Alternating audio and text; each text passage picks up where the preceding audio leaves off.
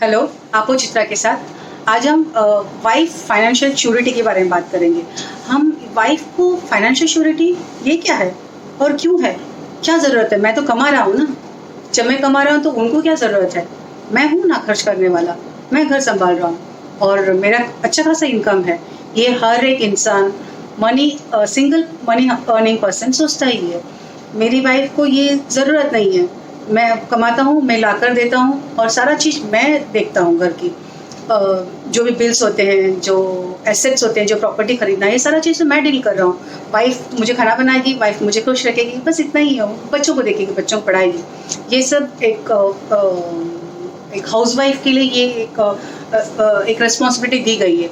But जब भी जैसा मैंने अपने लाइफ में खुद के रिलेटिव्स में खुद के फैमिली में मैंने देखा है, जब भी कुछ साल बाद हमारे इंडियन कल्चर में जब हम काफ़ी साल एक साथ रहते हैं, हस्बैंड वाइफ 40-50 ईयर्स साथ में गुजारते हैं, वाइफ को कुछ नहीं पता रहता कि कैसे क्या हो रहा है।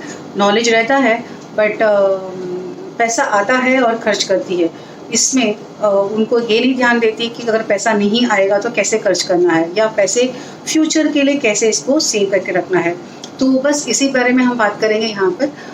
हम जो हस्बैंड जो हम काम करके पैसा अर्न करते हैं और अपना प्रॉपर्टी खरीदते हैं, अपने एसेट बनाते हैं। कभी-कभी क्या होता है, हम ना सरप्राइज़ देने के लिए बच्चों को या बीवी को हम अपना प्रॉपर्टी खरीद के रख देते हैं या रिलेटिव्स के पास से खरीद लेते हैं या अपना गाँव में कहीं जगह खरीद के रखते हैं जहाँ हम सोचते हैं बाद में हम इसको बनाएँगे। ये हम शेयर नहीं करते, बट आपको शेयर करना है।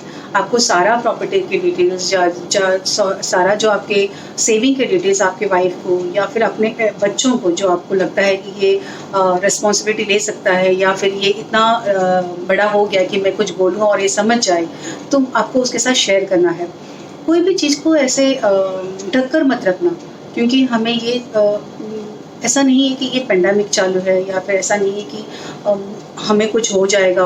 मैं तो हट्टा-कट्टा हूँ या मैं हेल्दी हूँ। मुझे क्या ज़रूरत है ये सब करना? मैं खुद हूँ, मैं सब कुछ कर सकता हूँ और मैं हेल्दी भी हूँ।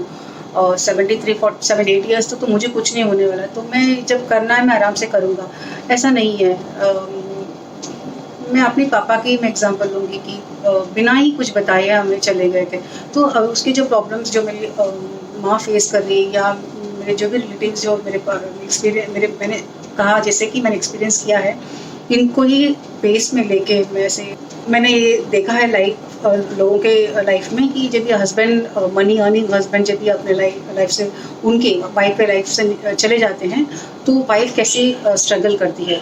एक तो हमें कैसा काफ़ी साल हम जब साथ में रहते हैं तो पैसा आता है, फ्लो होता है, जैसा मंथली इनकम है, सोर्स ऑफ इनकम। जैसे बिजनेसमैन का रोज़ भी आता है पैसा, हफ्ते में आता है, या सैलरीड पर्सन का सिर्फ महीना में एक ही बार आता है। तो हम क्या उसका जो खर्चा है, उसका जो डिडक्शन है, वो रूटीन में चालू ही रहता है। हम ये नहीं सोचते हैं कि इसका अगर ये जो सोर्स ऑफ इनकम अगर बंद हुआ तो क्या होगा। हमें पता है कि हाँ, ये 1 तारीख को या जो भी तारीख को बिजनेसमैन के पैसे आते हैं या डेली भी बेसिस में आते हैं, तो पैसा आना है और उसको निकलना है। तो मुझे तो सिर्फ बस ला रहे हैं, मैं बना रही हूँ, या जो हमारा जो बिल्स वगैरह है, जो खर्चा है वो तो चालू ही है। बच्चों की पढ़ाई है, हेल्थ है, सब कुछ तो नॉर्मली चल रहा है। बट बस 1 सेकेंड के सोच के देखिए, अगर खुदा ना खास्ता अगर ऐसा कुछ हो कि मनी अर्निंग पर्सन जो है वो नहीं रहा, तो क्या हो सकता है? क्या हो सकता है? मैं डरा नहीं रही हूँ, एक्चुअली ये बात डराने वाली नहीं है, एक सेंसिबल बात है। ये सबके साथ नहीं होता, बट जिसके साथ होता है उसको पता है। अचानक से जब ये हमारा जो फ्लो जो रनिंग रूटीन वर्क चालू है, अचानक से जो सोर्स ऑफ इनकम, अगर सोचो आपने अगर बिजनेस छोड़ के जा रहे हैं, मनी अर्निंग जो पर्सन है, तो बच्चे ने संभाल लिया या बीवी ने संभाल लिया, तो वो रूटीन चालू है। मतलब फाइनेंस जो पैसा अपने घर पे आ रहा है वो कंटिन्यू आ ही रहा है। तो भी जो वाइफ होती है, वाइफ को एक आदत सी हो जाती है हस्बैंड के हाथ से पैसा लेना, उनको एक आदत सी होती है। वो एक बस बन जाता है इतने सालों में साथ रहने के। अभी वो कभी सोच नहीं सकते कि मैं अपने बच्चों से पैसा मांगूँ या अपने बेटे से पैसा मांगूँ या किसी रिलेटिव जो बिजनेस संभाल रहे हैं उनसे पैसा मांगूँ। इन द सेंस उनका हक है, पैसा उनका ही बिजनेस का है, बट स्टिल जो हस्बैंड जो वाइफ को देता है वो पैसा, और सेम उसी का पैसा किसी और के थ्रू से लेना में फ़र्क है। तो अभी यहाँ पर हम, मेरा वीडियो का ये एक मेन मोटो था कि हम इसको कैसे एकदम इजी वे में बनाएं, कैसे सबको इन केस हस्बैंड के बिना वाइफ उसके बाद भी वो नॉर्मल जो जी रही है वैसे कंटिन्यू करे हैप्पीली, लाइक एटलीस्ट फाइनेंशियली। बाकी तो वो जो खुशी है हस्बैंड जो देते हैं वो तो नहीं रिप्लेस हो सकता, बट फाइनेंशियली हम कैसे कर सकते हैं। उनके पास सारा एसेट आप जो छोड़ के जाएंगे, मतलब जो हस्बैंड जैसा कार है उनका, बंगलो है उनका, बिजनेस है उनका, या अगर सैलरीड पर्सन है तो पेंशन है उनका, या कोई और पैसा आपने इन्वेस्ट करके रखा है तो वो है, तो फिर भी आपको उनके लिए, स्पेशली वाइफ के लिए, हमें अभी से बहुत सारे बैंक में अभी ये देखेंगे कि हम बहुत सारे बैंक में सारे फैसिलिटीज़ दे रहे हैं। जैसे आप मंथली, आपको मंथली लेना है, लाइक आप एक वन टाइम इन्वेस्ट कर दें और आपको हर मंथली उसको डिविडेंड मिलते जाएगा। जैसा मंथली आपको हर महीना जितना भी आप डालेंगे उसका एक फिगर मिलता है, और वो मंथली इनकम जैसे आपको हो जाएगा। तो कैसे वो आपकी वाइफ को आपके बाद हर महीना उसको पैसा, इवन लिटिल अमाउंट लाइक 2000 भी आपको उनको मंथली हाथ में मिलता है, तो बहुत बड़ी बात है। लाइक वो 2000 में वो खुद का पैसे, उनको लगा कि मेरे हस्बैंड ने मेरे लिए रखा तो मेरा पैसा है ये, वो खर्च उसको जो अपने घर के लिए इनफैक्ट खर्चा करेगी, बट खुशी से करेगी, वो एक उनका खुद के ऊपर एक रहेगा कि मेरा पैसा है, और वो पैसे खर्च करने में झिझक नहीं करेगी। बहुत सारा तरीका, जैसे आप प्रोविडेंट फंड में डाल सकते हो, पेंशन स्कीम होता है, ये सब चीज़ हम लोग पहले से शुरू कर सकते हैं। जैसे हमने एक 15 साल का पेंशन स्कीम होता है, जैसे आप मंथली आप सेव करते जाओगे, उसके बाद 60 इयर्स के बाद आपको पेंशन मिलेगा, या फिर आपकी वाइफ को मिलेगा। या फिर हम एक साथ वन टाइम इन्वेस्टमेंट कर सकते हैं, एक बार कर दिए उसको एक लमसम अमाउंट, ऐसा 5 लाख 10 लाख जितना भी है, और उसके बाद उसको वो भी आपको मंथली मिलेगा, लाइक मैच्योरिटी के बाद, लाइक 50 इयर्स के बाद या 60 इयर्स के बाद, जैसे भी आपने फॉर्म फिल किया है।